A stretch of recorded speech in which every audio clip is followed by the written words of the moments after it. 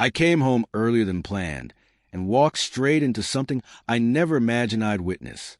My girlfriend was in the kitchen, laughing as she bragged about sleeping with another man. I froze, shocked. I didn't shout, didn't ask questions. I simply picked up my things and walked out without saying a word. Since then, she hasn't stopped calling, texting, even trying to reach me through friends and family. But she's blocked everywhere.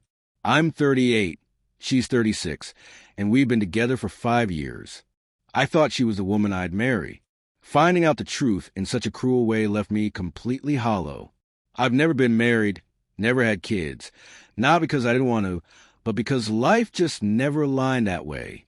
With Rachel, I believed it finally had. That weekend started off normal enough. A couple of my buddies and I went to Dan's cabin at the lake. We do every now and then fishing, playing cards, having a few beers, just guys hanging out. Usually, I stay until Monday and head straight to work. But this time, I forgot my laptop at home. By Sunday afternoon, I figured I'd pack up early, grab dinner, and surprise Rachel. I stopped by our favorite Italian place for takeout and drove home smiling, already picturing her reaction. Around 6 o'clock, I walked in. Everything looked normal. Then I heard her voice in the kitchen. She was laughing on the phone. I thought I'd sneak up on her with the food, but just before stepping in, I caught her words. Words that shattered me. She was gushing. Last night was incredible. He's so generous in bed. Met him on Tinder, bigger than Mike. I can't wait to see him again. My grip gave out. The bag slipped, containers spilling across the floor.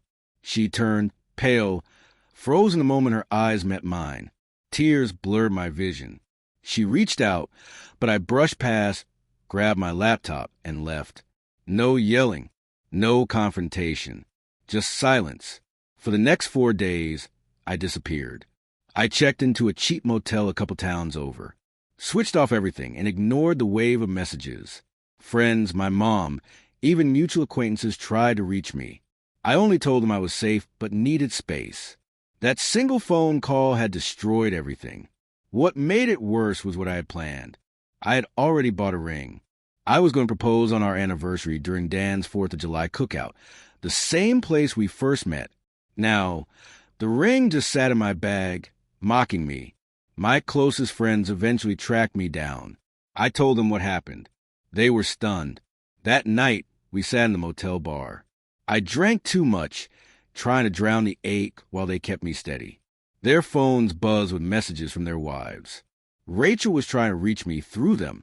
One of the wives even suggested I should at least talk to her. I told my friend to mind his own marriage and left it there. Later that night, I found myself chatting with strangers at the bar. Nothing came of it, but it reminded me just how lost I felt. Midweek, Dan stopped by my house. He said Rachel had skipped work for a couple of days, then slipped back into her routine. That was my chance. While she was gone, I went in, packed my belongings, and left. The place was a mess, dirty dishes, piles of laundry, trash everywhere. Strangely, I cleaned up before leaving. Maybe it was for closure. Maybe just so I left no loose ends. I knew she'd come home that night to empty closets. Sure enough, my phone blew up with calls. I ignored them and went to my mom's house. For now, that's where I'm staying until I find my own place. The landlord told me I'm stuck on the lease until October unless Rachel signs off, which she won't. So here I am, 38 years old, back in my childhood bedroom, feeling pathetic. By the end of the week, I agreed to meet Rachel. I picked a bar downtown and brought a friend with me so she couldn't twist the story later. She wanted to meet at home, but I refused. Eventually, she agreed. When she arrived, she tried small talk like nothing had happened. I cut her off. How long has this been going on? I asked. She swore it was just once. I told her I didn't believe her. She cracked eventually, admitting that whenever I went away with my friends, she assumed I was cheating. So she did the same to get even.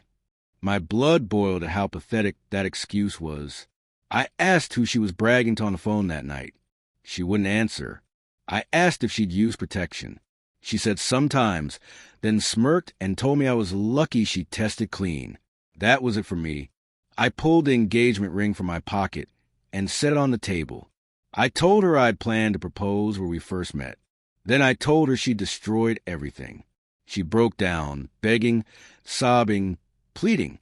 But I told her the woman I thought I loved never truly existed. It was over. Later, I sat with my buddy at the bar, sipping slowly, watching the fights on TV, reminding myself that at least I wasn't living a lie anymore. She kept trying to reach me afterward, but I knew I'd block her for good soon. Cheaters always recycle the same script. It was just once, followed by blame shifting. Rachel claimed she only did it because she thought I was unfaithful. Meanwhile, I'm stuck paying rent for months on a place I don't live in. Word eventually got around. The wife who pressured me to hear Rachel out realized she'd been lied to as well. I met her for coffee and told her everything. Right there, she called Rachel on speaker and demanded answers. Rachel confessed. That woman tore into her, called her behavior disgusting, and told her not to bother showing up at her 4th of July party if I'd be there. At least someone finally saw her for who she really was. I still don't know who Rachel was on the phone with when I first walked in. My gut says it might have been her sister, but when I tried reaching out, I got nothing. Her mom even called, begging me to give Rachel another chance. I told her flatly there was no chance at all. This week, I finally dragged myself back to work. I'm hitting the gym, considering therapy, and staying away from alcohol so I don't spiral. Rachel is out of my life now, blocked everywhere. I don't know what the future holds, but I do know one thing. I won't let her destroy any more of me than she already has.